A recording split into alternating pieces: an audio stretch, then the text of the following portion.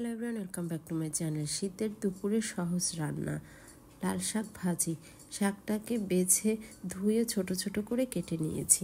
এবারে কড়াইতে পরিমাণ মতো তেল দিয়ে দিলাম পেঁয়াজ কাটা, কয়েকটা কাঁচামরিচ ফালি, রসুন কাটা দিয়ে নেড়ে চেড়ে নিচ্ছি।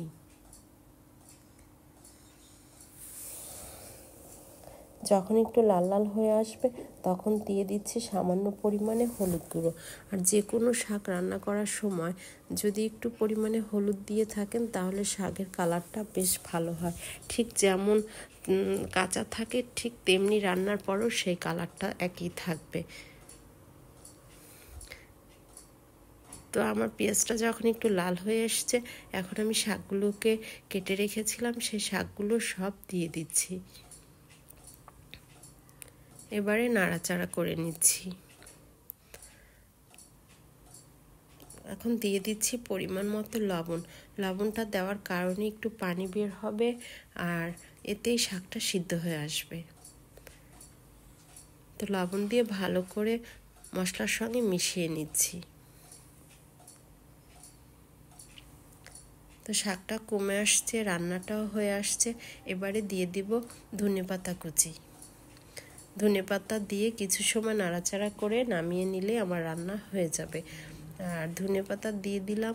আর শাক সবসময় চেষ্টা করবেন একটু ভিজে ভিজে রান্না করার জন্য, কখনোই ভাজা ভাজা করে রান্না করবেন না, তাতে খেতে একদম ভালো হয় না।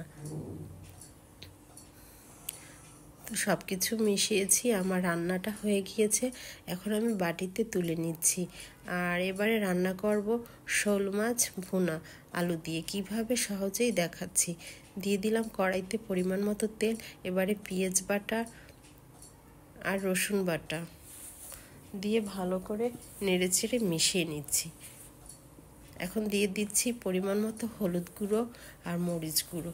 মরিচটা শীতকালে একটু বেশি খাই, সেই কারণে আমি একটু বেশি পরিমাণেই দিচ্ছি। সব কিছু দিয়ে ভালো করে নেড়েচেড়ে মিশিয়ে নিচ্ছি। মশলাটা কষানো হয়ে গিয়েছে। এখন আমি মাছ আর আলু ছোট ছোট করে কেটে ধুয়ে রেখেছি, সেগুলোকে দিয়ে দিচ্ছি। একই সঙ্গে মাছ আর আলু দিয়ে দিচ্ছি, দিয়ে ভালো করে নাড়াচাড়া করে মিশিয়ে নিচ্ছি।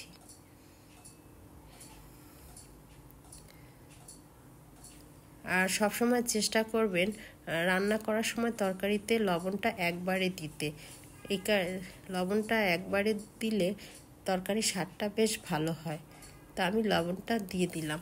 আর বারবার করে দিলে বা নামানোর আগে দিলে যেই স্বাদটা হবার কথা থাকে সেইটা ঠিক পাওয়া যায় না খাবার সময়।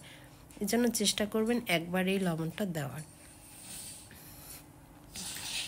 আমার মাছ আলু কষানো হয়ে গিয়েছে। এখন আমি একটু পানি গরম করে রেখেছিলাম, সেই গরম পানিটা দিয়ে দিলাম। ঠিক আলু মাছের ডুবা ডুবা পানি দিতে হবে যেন আলুটা মাছটা সিদ্ধ হয়ে আসে। তাই আমি পানি দিয়ে নাড়াচাড়া করে নিলাম। আমি কোনো ঢাকনা ব্যবহার করছি না, এমনিতে হয়ে যাবে। যখন ঝোলটা কমে আসছে তখন আমি দিয়ে দিলাম ধনেপাতা কুচি, দিয়ে ভালো করে নাড়াচাড়া করে মিশিয়ে নিচ্ছি। নামানোর আগে দিতে হবে সর্ষের তেল। আর আমি এখন কিছুটা পরিমাণে সর্ষের তেল দিয়ে দিচ্ছি। সর্ষের তেল দেওয়ার কারণে মাছের স্বাদটা অসাধারণ লাগবে খেতে।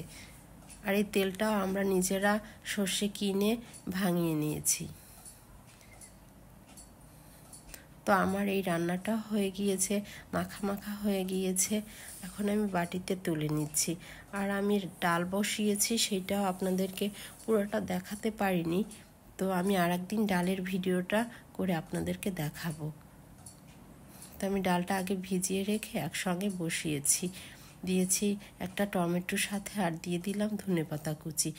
এখন নেড়ে চেড়ে নিচ্ছি। আমরা যখন বরিশালে ঢাকা থেকে লঞ্চে করে যেতাম তখন কেবিনে এই ডালটা খেতে পাওয়া যেত। তখন আমরা অর্ডার করে এই ডালটা নিয়ে নিতাম। আর এখন যেহেতু বরিশাল ওইভাবে যাওয়া হয় না, তো নিজেই রান্না করে খাই। কে কে খেয়েছেন এই ধরনের ডাল লঞ্চের কেবিনে অবশ্যই জানাবেন। তা আমি ভাত খেতে বসেছি। সব কাজ কাম সেরে সবাই খেয়ে নিয়েছে, আর আমি এখন পরন্ত বিকেলে খেতে বসেছি। যেহেতু আমার ছোট বাবু আছে, তাই ওকে রেখে ঘুম পাড়িয়ে এখন আমি খাচ্ছি। তো নিয়েছি লাল শাক, মাছের তরকারি আর ডাল।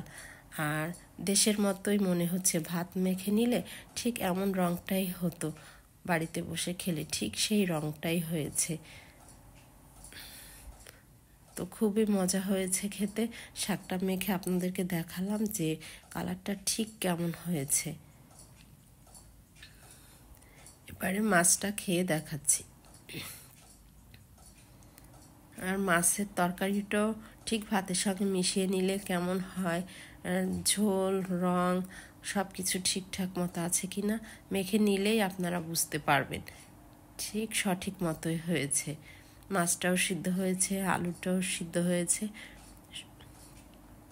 আর এই ধরনের রান্না আপনারাও করে খেয়ে দেখবেন, অসাধারণ লাগবে। আর যেহেতু আমি গরম ভাত নিতে পারিনি, ভাতটা ঠান্ডা হয়ে গিয়েছে, গরম ভাতের সাথে খেলে মানে কি যে দুর্দান্ত লাগতো।